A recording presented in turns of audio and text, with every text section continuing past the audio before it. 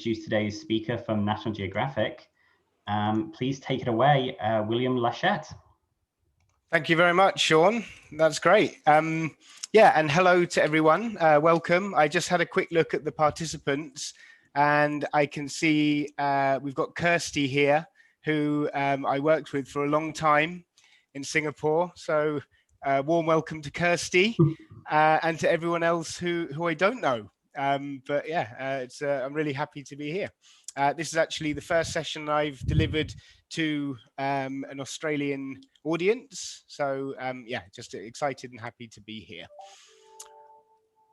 Okay, so I'm going to introduce myself briefly. My name is Will Lachette, and I've been working in ELT since 2001. And for the majority of that, I was teaching full-time English courses to young adult students, which I believe in Australia is what you call English language intensive courses for overseas students, or ELICOS. As you can probably tell from my accent, I was born and grew up in the UK. I've been living in Singapore for the last decade or so. So I am now what you might call a Singapom. My session title references a rapidly changing world.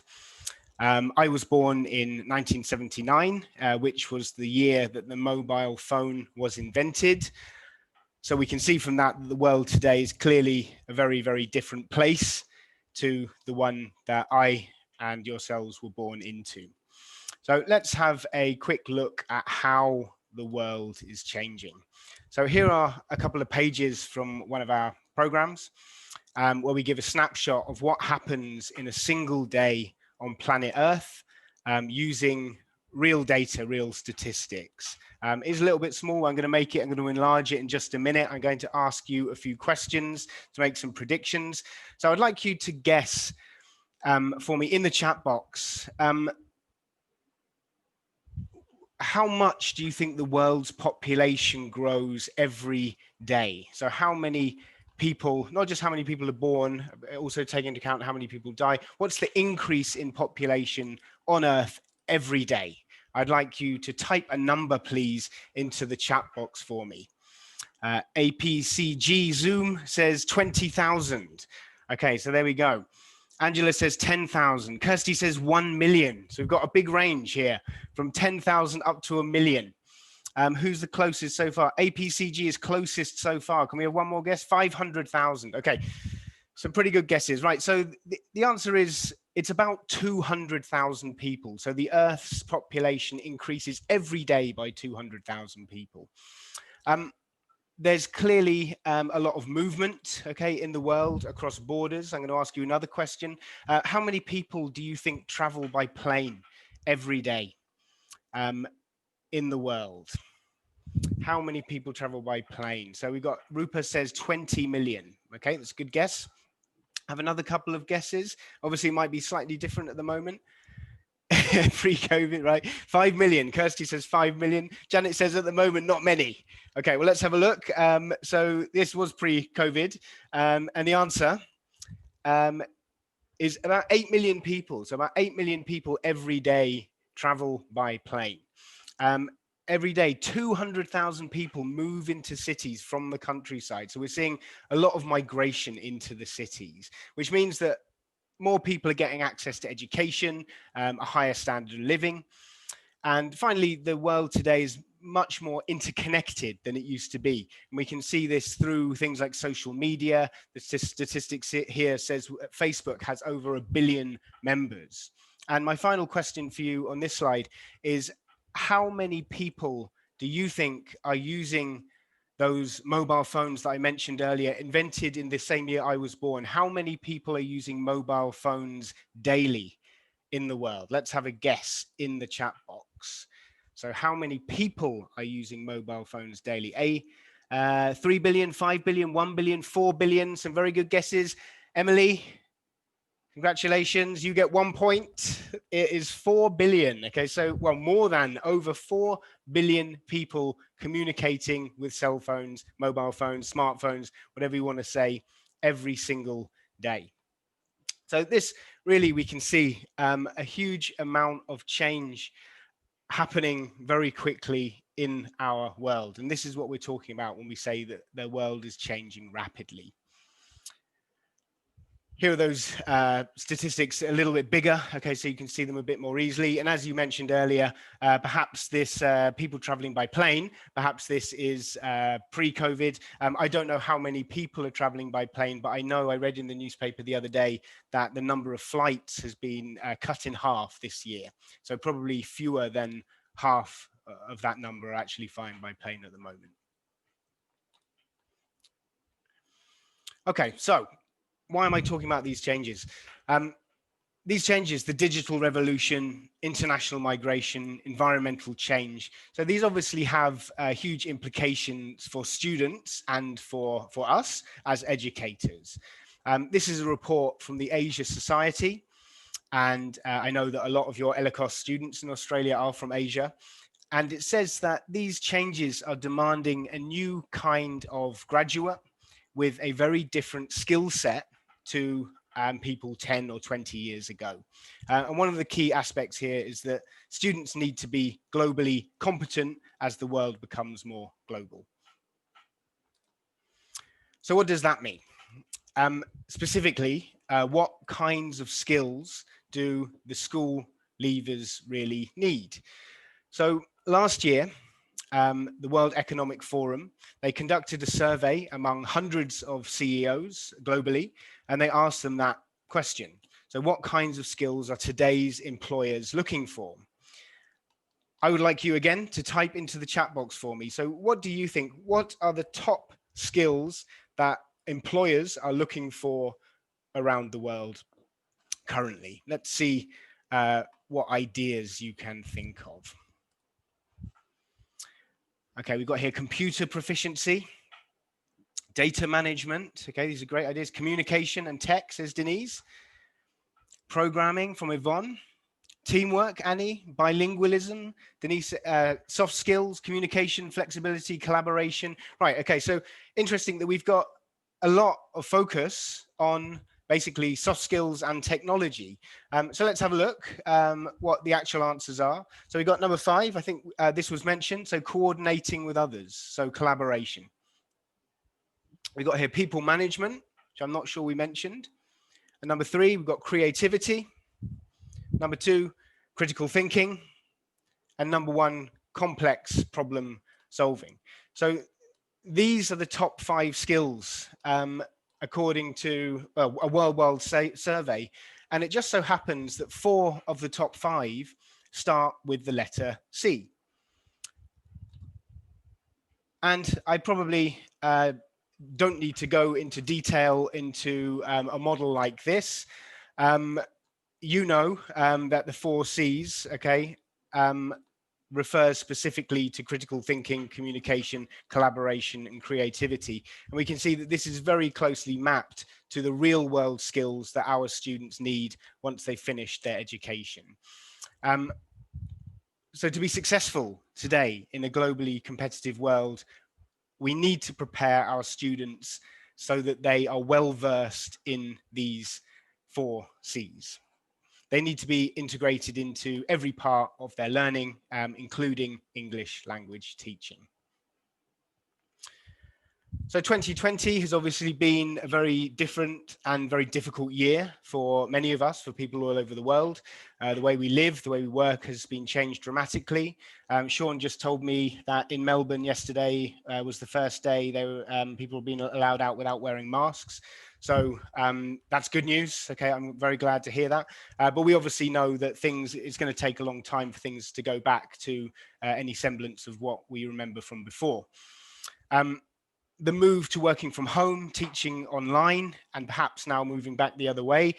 This is an obvious example of how much things have changed this year for us, online teaching. It's been a steep learning curve for all of us, I think. But having said that, while the delivery method may have changed from physical to virtual, the fundamental concepts behind education have not really changed over the last year. The soft skills that graduates need that we just talked about a minute ago, these have not changed either. So although it feels like everything has changed this year, I'd like to suggest that really at the foundation of what we're doing, there haven't been a lot of changes. It's just the platform has changed, the delivery has changed. So the delivery's changed, but the essence of education and teaching has not. I want to have a quick look at what it means to teach. This is a sample dictionary definition. I'm just going to put it on the screen here. And for me, this kind of definition, it doesn't help me very much. It's basically using synonyms to teach us what teaching means, using phrases like cause learning and impart knowledge. So from this definition, it sounds like the teacher can directly beam information or knowledge into the student's head, which we know it is not true. So let's look for a more useful or a better definition. So I've taken this definition from a website called infed.org. And what I like about this is, firstly, it talks about teaching as a process. As we know, learning is a process. And as teachers, we need to understand our students' needs. And then we need to give them the tools that they need to go beyond what is taught in the classroom, to go beyond the given. So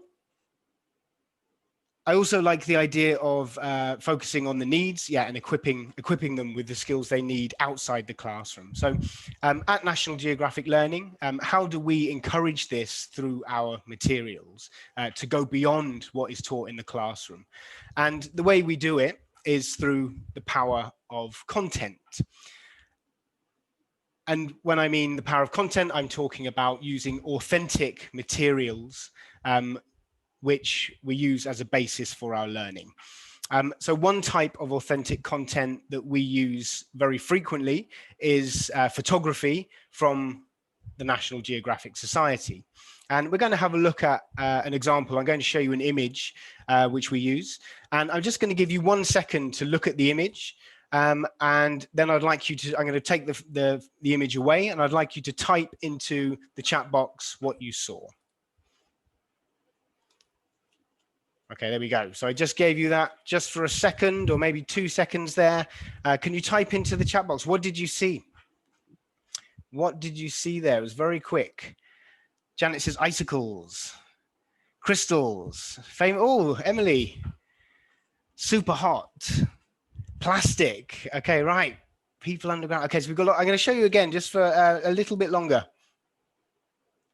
Okay, there we go. And just crystals, there we go. Crystals, people underground, salt. Okay, some great ideas here. And now I'm going to show you again, and we can keep looking at it. It's a beautiful photo.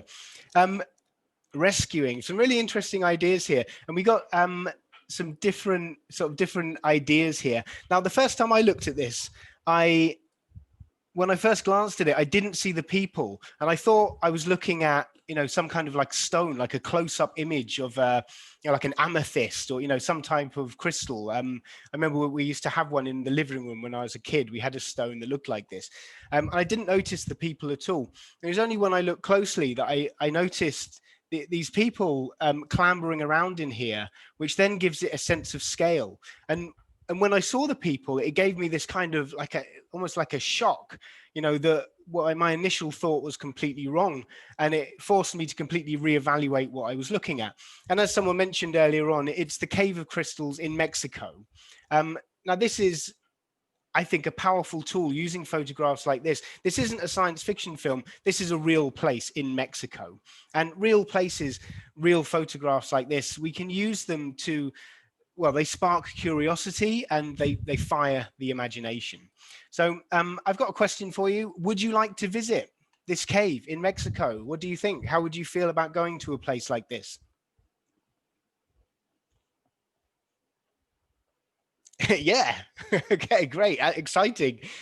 Kirsty says too confined. Okay, Christine says definitely. Definitely would need to be fitter. So a lot of you are saying, yes, I'd like to go. Why would you like to go? Nulene says it's too dangerous. So for those of you who would like to go, why would you like to go? It looks fascinating. It does, doesn't it? It looks incredibly fascinating. A rare experience. There we go. I'm going to give you another fact about it. So the Cave of Crystals, what do you think? Does it look hot in there or does it look cold? What do you think the climate is like in there? Does it look hot or cold? Looks cold, right, Angela? Yeah, it looks cold. Denise, Christine, agree? Looks cold. It isn't cold. So the temperature in there is up to 58 degrees centigrade, up to 58 degrees. And in case that is not uncomfortable enough, the humidity down there is 99% humidity. So it's basically like walking into an oven when you're down there. So just, you know, the people who said they would like to go, would you still like to go knowing that about the conditions? Yeah, I'm not going now. I changed my mind. Okay, there we go. And we can see from looking at a photo like this, by giving information, by going through discussion, okay, by sharing opinions, if we're in the classroom, we can really engage students with the content that they're looking at much more than if you just, you know, if you're just talking about something, or I don't know, you're showing a stock photo of something. So this, I think, is a very powerful form of engagement for students using real high impact photography. So how does this authentic content relate to the 4 C's and relate to global competence? And how are we at National Geographic Learning so sure that it's important? So we're going to talk a little bit about that now. So firstly, in 2018, so the Organization for Economic Cooperation and Development changed the PISA exam. And the PISA exam, if you're not familiar with it, it has been called before the world's most important exam. It is taken in 80 countries by 500,000 students. It is a benchmark in education for comparing students from all around the planet. And the change that they implemented in 2018 is that, as well as literacy, numeracy, and scientific knowledge, it now tests a 4th thing, and the 4th thing it tests is global competence. So we can see that really global competence is being elevated to a very prominent position in internationally respected and used exams. So what makes National Geographic Learning programs different is that our goal with our course materials we create is not only to develop the language skills. Of course, we are aiming to improve the language skills. That's a fundamental principle. But equal to that is that we're also helping develop important 21st century skills, the critical thinking, intercultural communication, global awareness. We do not take a US or Euro-centric approach. We look at global ideas, global themes. We look at different perspectives. We encourage effective communication through things like TED Talks, and we inspire action through people on a mission, through using real National Geographic explorers to inspire people to make changes and take action. But the first step really is to get learners interested in the materials, because if they're not interested in what they're learning about, they're not going to get any of those benefits. So how do we get people interested in local, global, and intercultural issues so that they can communicate, share their own ideas and perspectives, most importantly, using English? So the power of interest, let's have a look. We all know it's important that students are interested in what they're doing.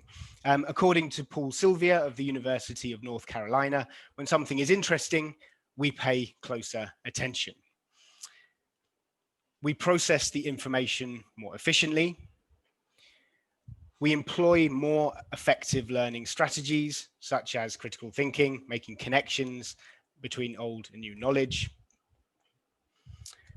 And when we're interested in a task, perhaps most importantly, we work harder and we persist longer. So I think we already know this. It's intuitive to us as teachers, but you might say that what is interesting to one person may not be interesting to the next person. So what makes something interesting? So again, according to Sylvia, interesting things share characteristics. So firstly, for something to be interesting, it needs to be something novel. And that means introducing people to things that we haven't encountered before, or introducing novel aspects of familiar things. So this is a bit like the giant crystals. Like, we're all familiar with crystals, but probably none of us have seen crystals of that size of the cave in Mexico. The next thing is we need to make sure that the complexity is right. We need to make sure that things, they're neither too obvious or easy, but at the same time, we can't make them too complicated. And the reason for that is that they need to be comprehensible. If it is difficult to understand, then it becomes difficult to be interested in it because you can't relate to it. So when we achieve these three things, students are interested in the content and therefore they engage with it. So let's have a look at an example of this. So earlier I told you that the world's population increases by around 200,000 people a day. That's a big number. But it's nothing compared to the world's population. So again, into the chat box, please, can someone type in for me, what is the world's population? How many people are there in the world? Emily, 7.4, 6.3, 8 billion, 7 billion. Okay, so we're getting, so, you know, somewhere between 6 to 8 billion. So yeah, the answer is over 7 billion. You know, and people know that, you know, most people know that it's around that mark, from between 6 to 8 billion. People know this, it's widely known. So we might think that it's not a very interesting topic to do a lesson about, if it's something that people already know about. But I'm going to show you something from one of our programs. This program is called Life. And Life is a program which is designed for adult students. It's a general English title, 4-skill program. It would be perfect for teaching ELICOS courses. So this, it's a video lesson I'm going to show you, and it is from Unit 1, and the unit is about people. So I'm just going to do a new screen share, and we're going to go over to my classroom presentation tool. And here we go. So I'm in Unit 1, and I'm going to go to Lesson 1F. Okay, what can you see on my screen right now? What can you see on the left-hand part of the screen? Courtesy of festival, a goldfish, right? Okay, yes, you can see a goldfish, that is right. So this is actually, it's a festival or a celebration or a party, which is in Singapore, here in Singapore, where I live. Can anyone guess which festival? It's not the fish festival, Janet. Can anyone guess which festival it might be in Singapore? The most important one of the year for us here. And it's Chinese New Year, or perhaps we should call it Lunar New Year. But yes, in Singapore, we call it Chinese New Year. And that is exactly what we're looking at. So this lesson is called World Party, and we introduce it by looking at this authentic photo of a festival. This obviously lends itself to students from different countries, different cultures, then discussing, you know, festivals, parties in their own country. And I'm just going to show you a few of the activities that we have before we actually watch the video. As I said, what we've got here, when do you have parties in your country? Where are the parties? Okay, what happens? So what we're doing here is we're personalizing the activity, and we're getting students to share ideas. So we've got that link between local culture and global culture.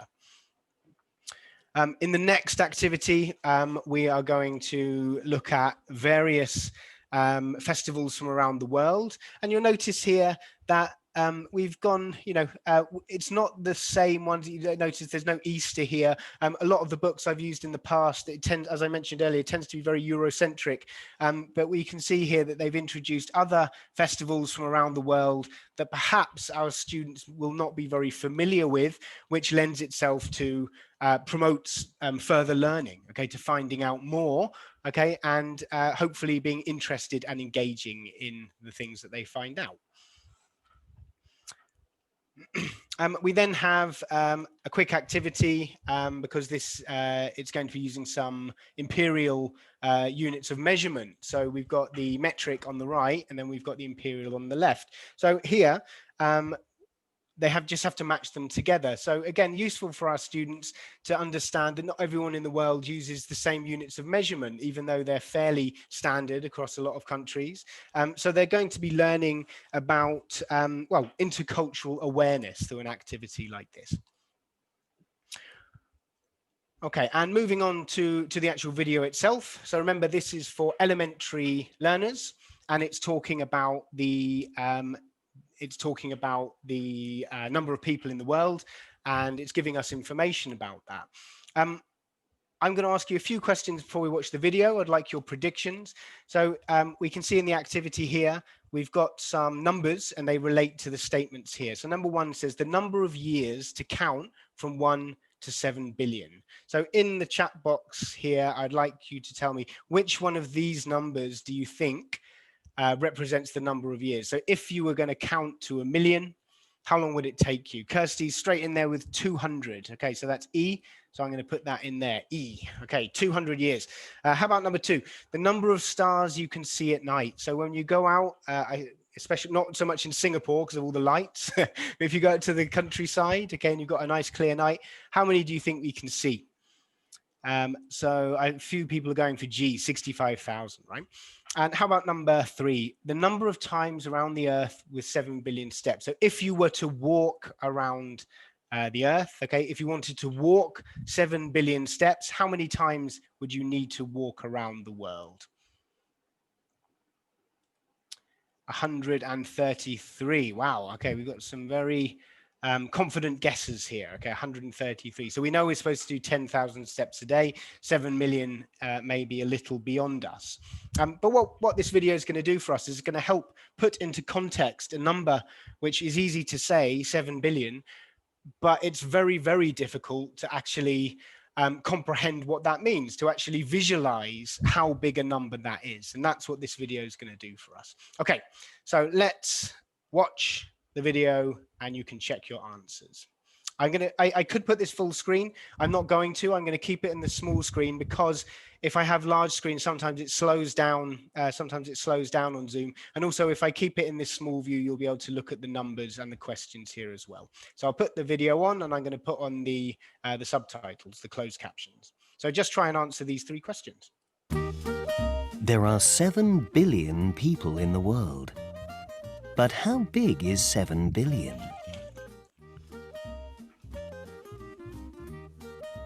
1, 2, 3, 4. Don't count from 1 to 7 billion. It takes 200 years. There are 7 billion stars. But from Earth, you can see 1,000 at night, not billions. Walk around the Earth 133 times, and that's 7 billion steps.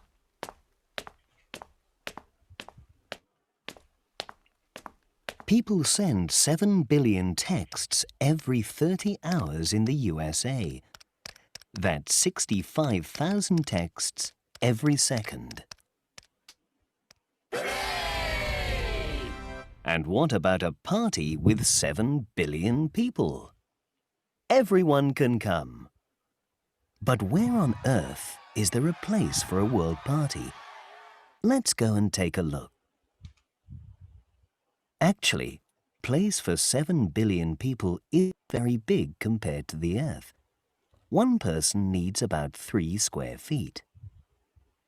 But it's a party, so everyone needs about 6 square feet. So for everyone in the world, that's about 42 billion square feet or 1,500 square miles. So where is a good place for this party? The Juneau ice field in Alaska is the correct size, but it's a bit cold. Or there's the state of Rhode Island. It's 1,500 square miles. What about French Polynesia? Its islands are beautiful, and they are about 1,500 square miles. Oh, and for a photograph of 7 billion people with everyone next to each other, we need an area of 500 square miles. Yes, 7 billion people in 500 square miles. Los Angeles is 500 square miles, so we can take the photograph there. Here comes the photographer in a helicopter. Smile! Okay, great. And that is the end of the video. So as I said, remember, this is for elementary students, right? So we need to present the language, okay, in a way that is novel. Okay, so as I said earlier, I think that this will help them to contextualize this number 7 billion. And it needs to be something that they can understand. So what do you think? Into the chat box for me. What did you think of the video? Like, do you think that is something that low-level students would be able to engage with and be able to understand and work with in the classroom?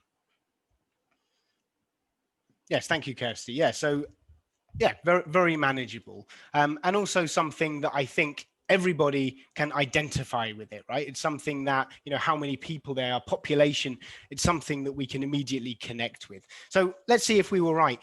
Number one, we said we said 200. And you were correct. So that was great. I think it was Kirsty who guessed that straight away without hesitating. So yeah, it's 200 years. And I think putting it like that makes you understand, yeah, just how big that number is.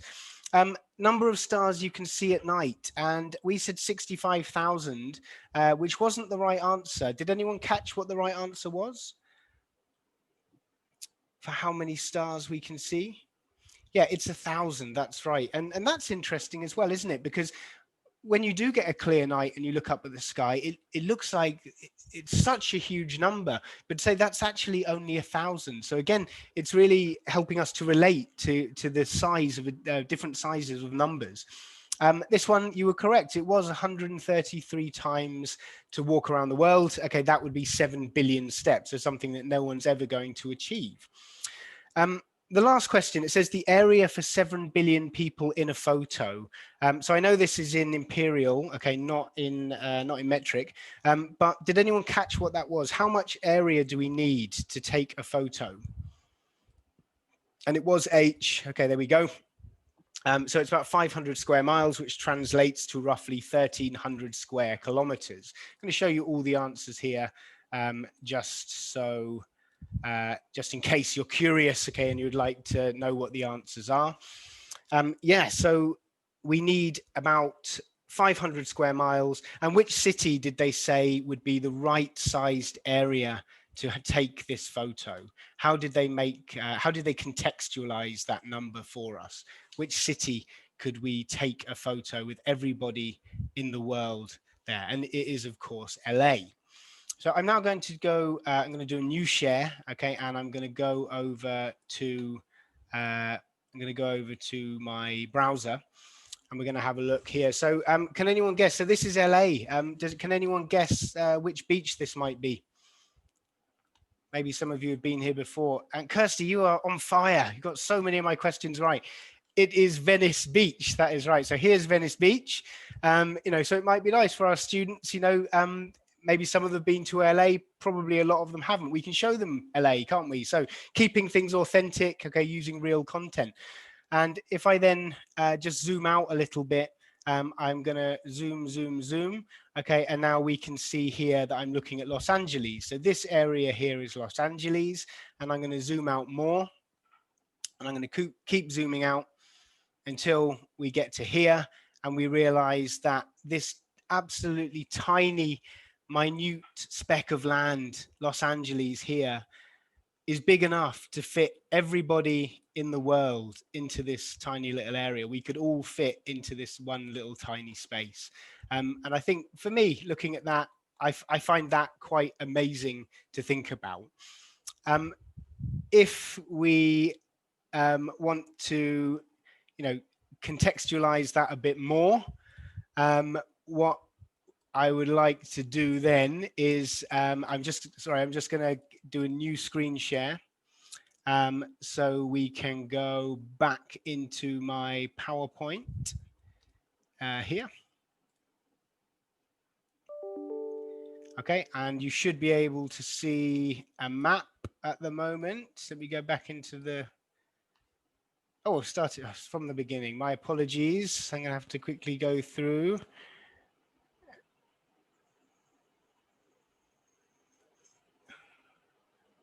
That was an error. Okay, here we go. I'm back. Right. Yeah, so you can now see a map. And which city can you see highlighted on the map?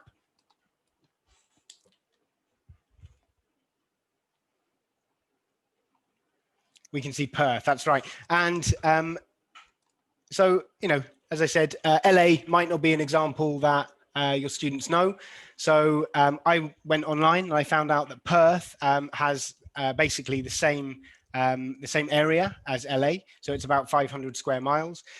So we could say to our students, we could fit everybody in the world into Perth, okay, to take that photo at the end.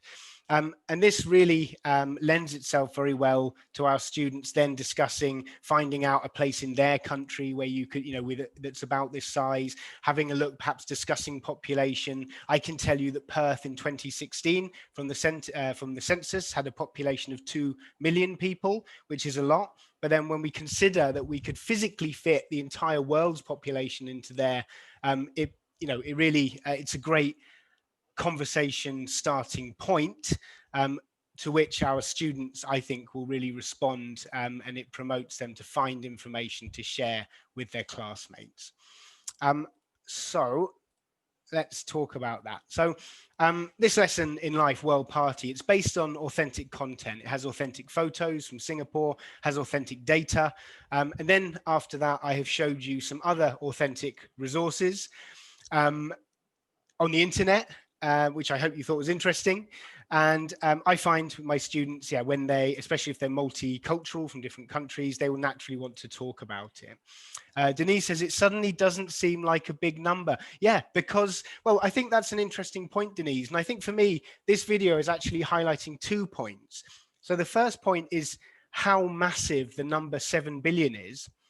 But the second point this video is making is how huge the world is and how tiny we are, how insignificant humans are, and even when we're all over the world, but if you really put us together, we wouldn't take up that much space. So when we talk about the world as getting smaller, of course it is in terms of time, but the Earth is still incredibly huge, and that's also something that I like about this video, which also leads in, to critical thinking and to further discussion for the students. Even at this low level, even at elementary level, students can talk about this, so it's accessible at elementary level, but I think it's interesting at every level.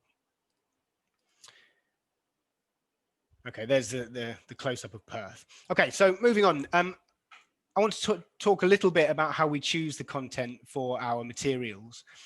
As we think it's key to choose content that is engaging and that acts as a springboard for the kind of language learning and skill acquisition that we want our students to experience. So how do we choose this material? So we basically have three rules. So the first one is our content has to be authentic. Secondly, it has to be global.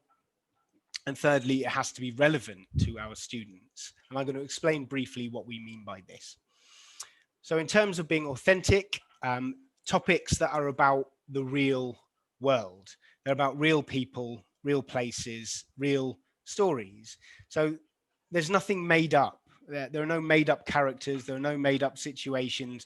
There's no, we're not looking at stock photography. So everything that you see in National Geographic learning materials, it's real, it's authentic.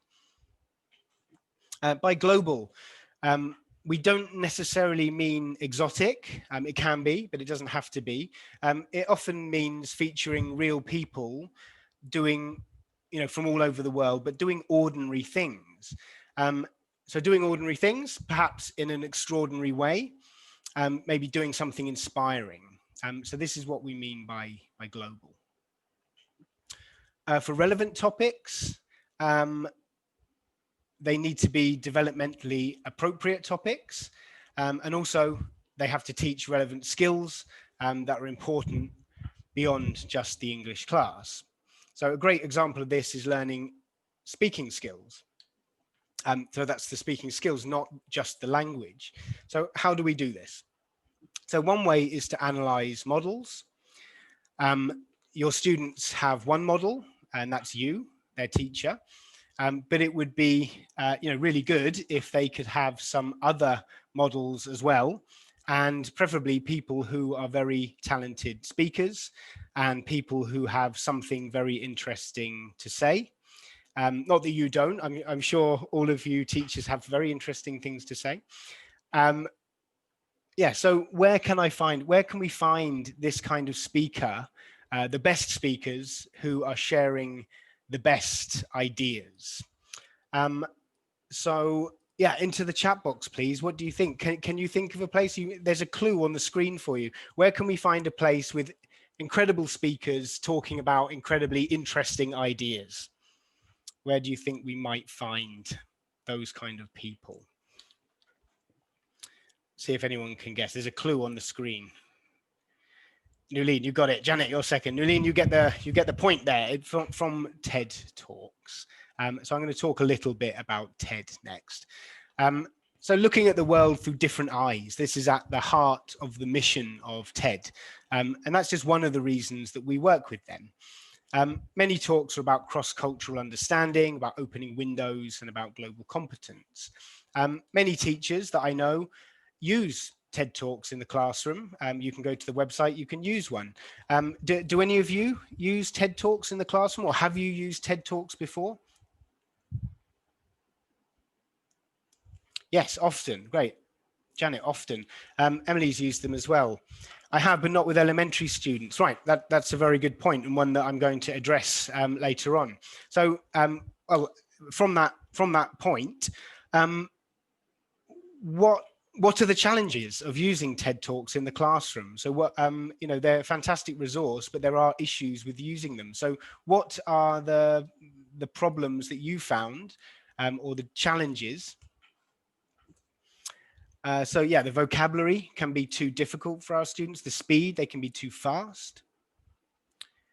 Emily's given us a great resource there, lingorank.com. You can use the website to actually check the level of the TED Talk. That's great. So pace of speech, high level lexis, right? So basically, they can be too difficult for our students to understand. And if it's too difficult, remember, okay, it means that it's not accessible, it's not comprehensible, and they're not going to be interested in it. So we're going to have a look at another one of our adult programs called Keynote, and we're going to look at how we adapt TED Talks, how we use them in our program.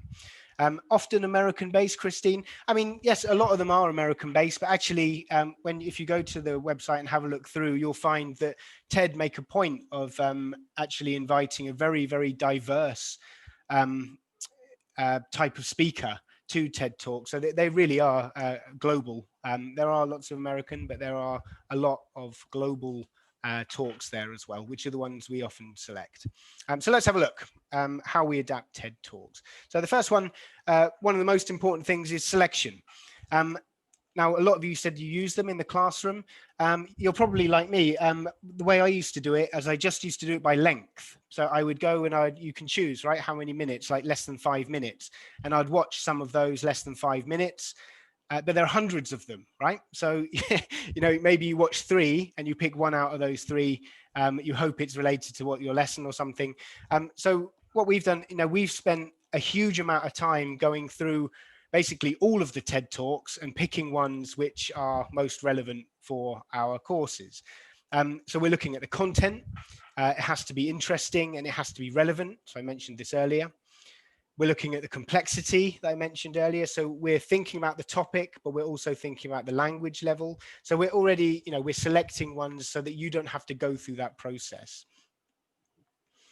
We also, someone mentioned it here, the speaker's speed, the clarity. So we also choose ones, some speakers are very good, but they do speak very, very quickly.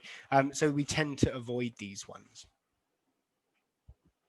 we're looking for ones which also have support for our students, so visuals, props, or body language, anything which actually makes what they're saying easier for the student to understand. The length, okay, I mentioned this earlier as well. So we need it to be adaptable for classroom use. What we often do is break them down into sections. Yes, again, someone mentioned, Christine mentioned American based. We make sure that we have a very diverse range of speakers, including background, gender, and accent. So here's an example from one of our programs, and you can see here by looking, we have different speakers from different backgrounds, and we're going to have a look at one of these by Anne Morgan. We're going to have a look at her TED Talk today. So next, the adaptation. What do? We break the talk down into comprehensible chunks. We use pauses to allow for reflection. This is where we introduce different question types. So when they naturally pause, that's the end of the first section, and then we can do some analysis of what they've heard. And we also, if they do speak fast, we reduce the speed slightly. Not to the point where it sounds unnatural, but we do reduce the speed. But in other ways, it's completely authentic. So these are the only things that we do. So we basically break it down, maybe slow it down. But the actual content the students are exposed to with the support we give them, it means that they are going to be getting a lot of satisfaction from learning something through authentic English. So the scaffolding in terms of language and content, we have things like we pre-teach the vocabulary, we have before you watch activities to give context, there are grammar points or explanations where relevant, but not in every unit. We give explanations of idiomatic language, and all of this is given in context so that students can see the way the language is used. So we're going to have a quick look at a couple of exercises from Keynote so that you can understand a little bit about what I've been talking about. So just give me a second to change my screen share, and we're going to go over here. And we're going to be looking at this TED Talk, A World of Books. Okay, so here, this is actually before the TED Talk. So in Keynote, this lesson has tasks before the TED Talk. So here it's talking about 3 of the books, which you will hear mentioned in the TED Talk. And it's also talking about, the speaker, Anne Morgan. Okay, so let's go through here and have a look at this. So I'm going to quickly click on the first activity. So before we start, we obviously need the context, so we need to understand who Anne is. So what we do is we introduce Anne and we introduce some of the key vocabulary, and students are basically guessing the meaning through the context, which I'm sure is an activity you're familiar with. And they can go through, see the information here, see the language, okay, and they can pick the key language, okay, which is going to help them when they're actually listening to the TED Talk. Okay, so we're going to listen to the first part of this TED Talk. And I'm just going to ask you to do the gist questions, okay? So the 2 gist questions we've got: what did Anne Morgan discover about her bookshelf? And you can read A and B here yourself. So what did she discover about herself?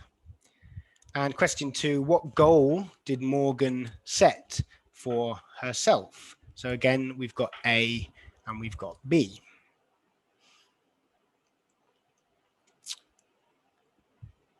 Okay, so is she reading a book from a different country every year, or is she reading a book from every country in a year? All right, so we're going to watch the video. It's short, okay, it's about 2 minutes, and we can watch it with the script and the subtitles. As you watch, I'd like you to answer these 2 gist questions for me.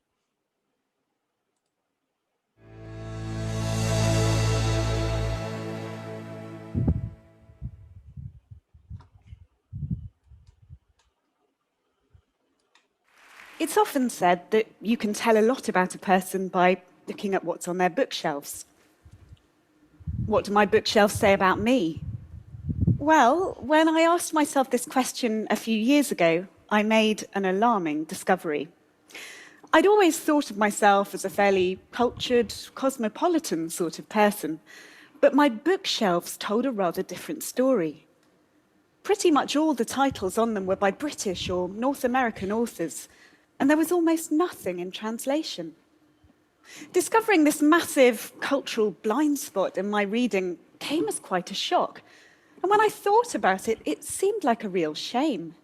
I knew there had to be lots of amazing stories out there by writers working in languages other than English, and it seemed really sad to think that my reading habits meant I would probably never encounter them.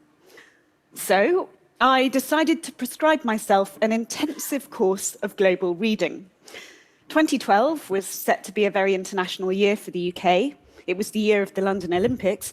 And so I decided to use it as my time frame to try and read a novel, short story collection, or memoir from every country in the world. And so I did. And it was very exciting. And I learnt some remarkable things and made some wonderful connections that I want to share with you today.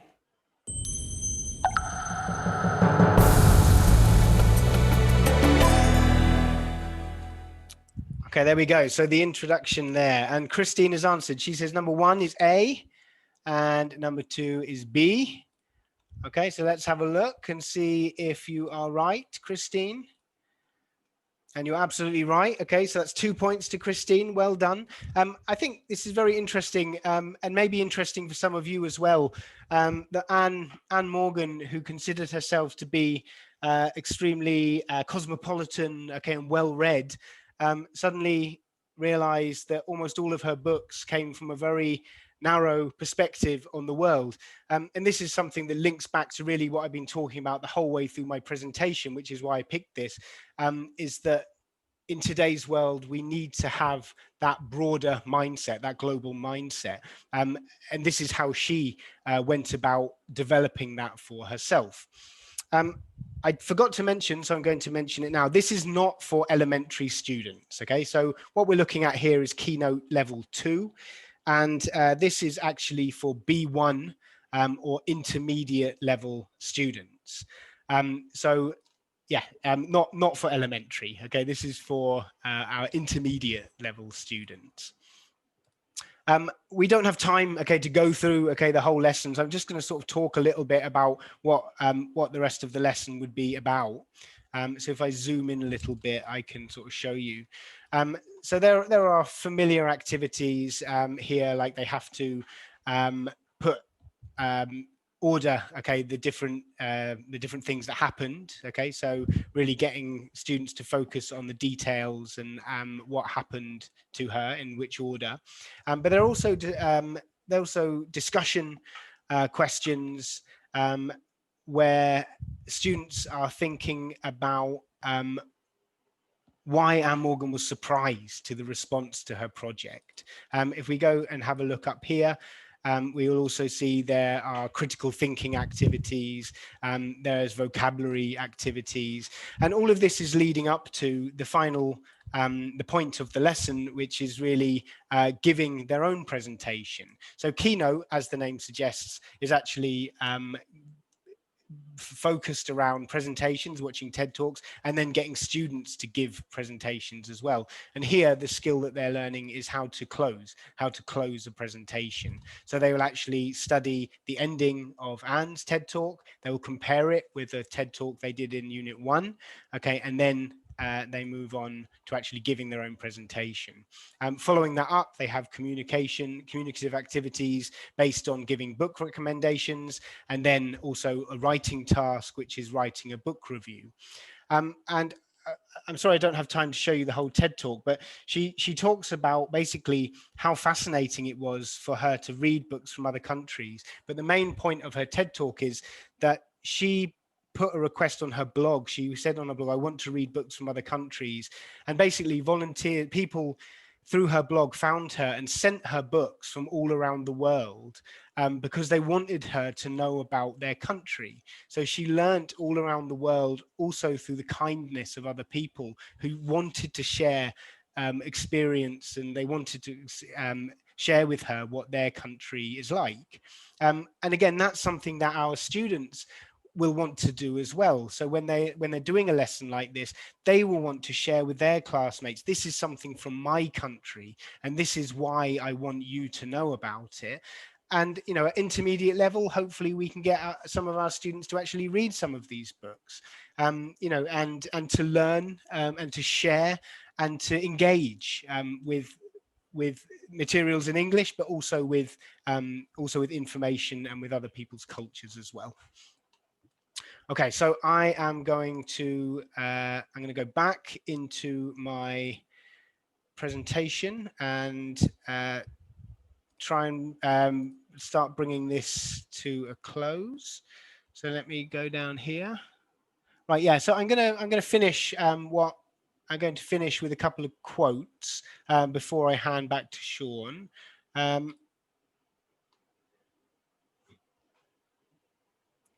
Okay, right, here we go. So yeah, two quotes okay for me to end on. So this one, I wonder if anyone knows it. So the quote here is, education is not the filling of a pot, but the lighting of a fire. So yeah, just wondering if anyone has heard this before. If anyone, if you know who it is, you could type it into the chat box for me. I'm not expecting you to know this. No, but I love it. Okay, thank you. Good guess. Okay, Benjamin Franklin. It's Yeats. Okay, it's the Irish poet Yeats. So poet and 20th century literary thinker. And what's the key idea here? What is Yeats telling us by this quote about education? What do you feel is his main point?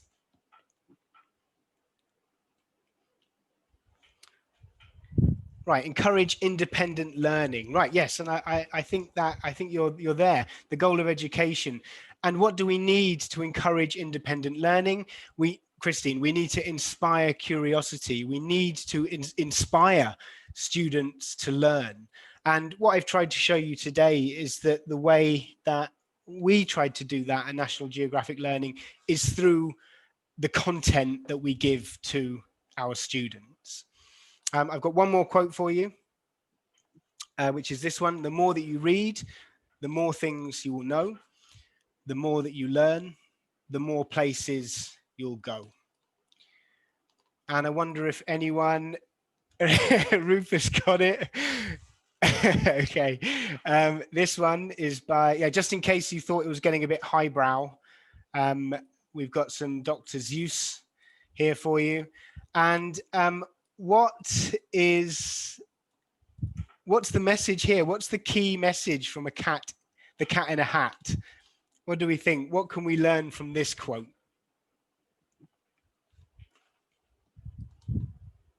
Any ideas?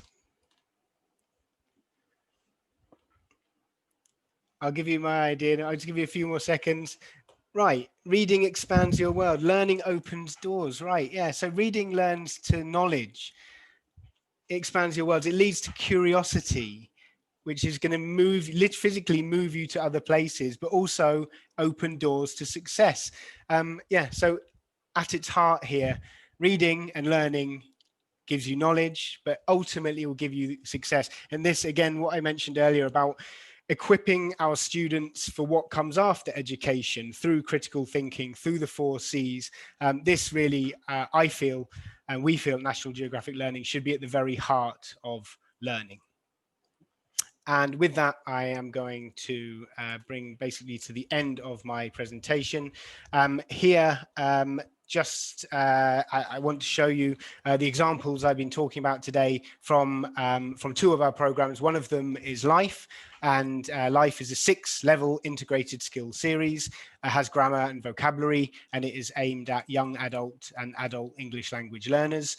It runs from an A1 or beginner level all the way up to advanced level, okay, C1. It's perfect for ELICOS courses. And the second program that I showed you examples for is Keynote. This is a 4-skill program suitable for upper secondary, university, or adult learners. As the name suggests, it has a strong emphasis on presentations, and this is reinforced by the TED Talks that I showed you. So students will be improving their skills, their grammar, their vocabulary, but they will also be tackling 21st century skills syllabus as well. I'm going to do a very quick poll here. If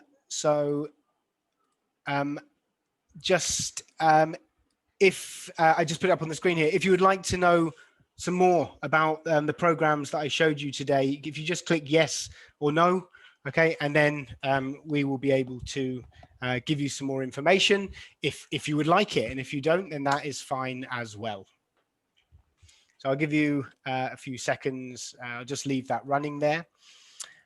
And yeah, so I a little bit of just at the top of the hour, I'm going to open it for Q&A. So if anyone has a question that they would like to ask, now would be a good time to do it.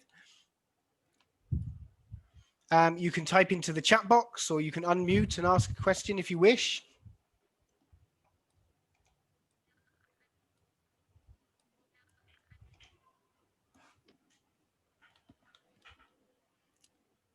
Seems that some of you are already using Life. Okay, that's great to hear.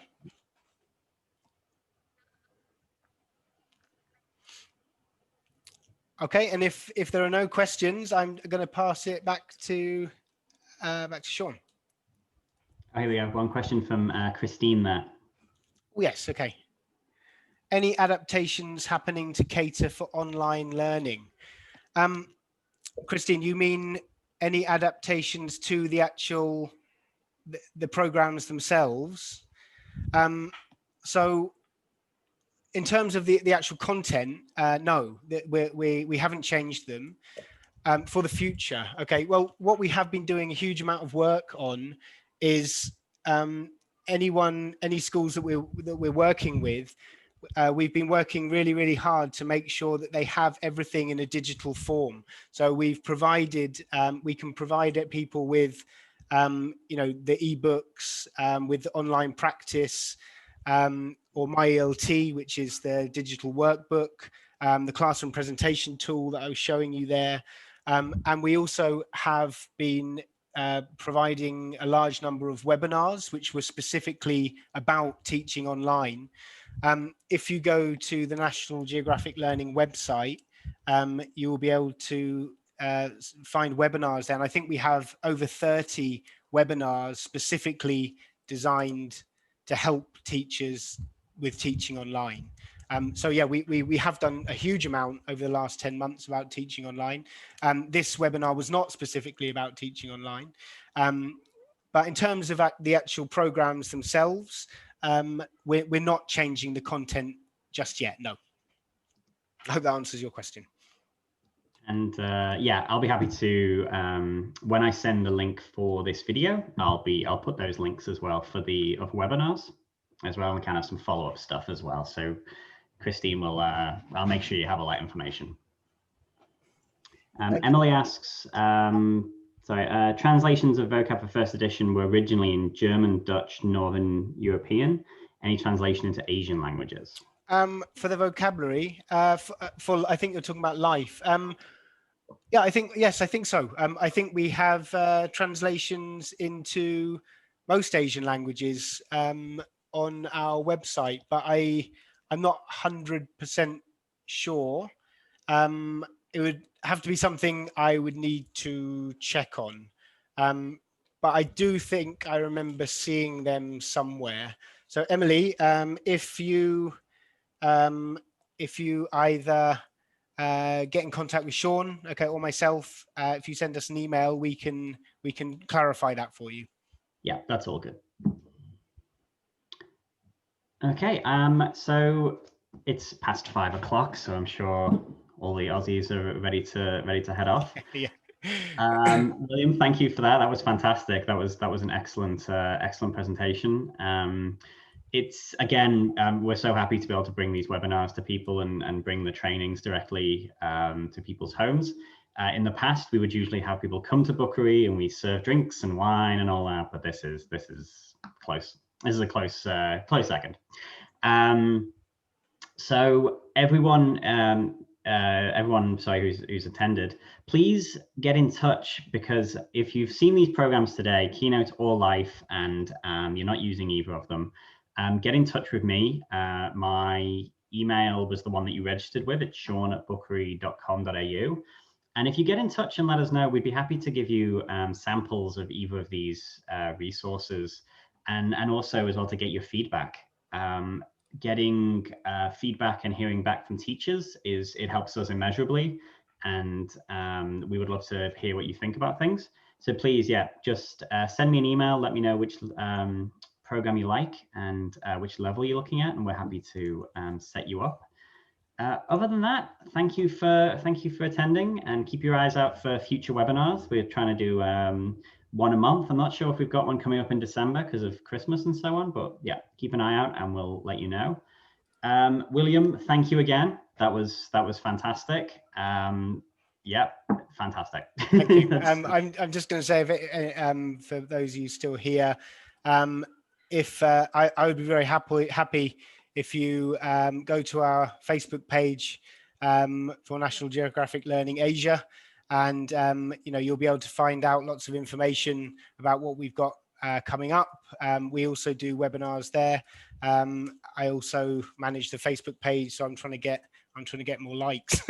So yeah, please like us on Facebook and find out lots of useful information. Okay. Awesome. Well, have a lovely night, everyone. Thank you again, William, for joining us. I'm sure we'll have you here again in the future. So yes, thank you very much. Yeah. Thank you, everyone. Okay, have a nice evening. Bye, Kirsty.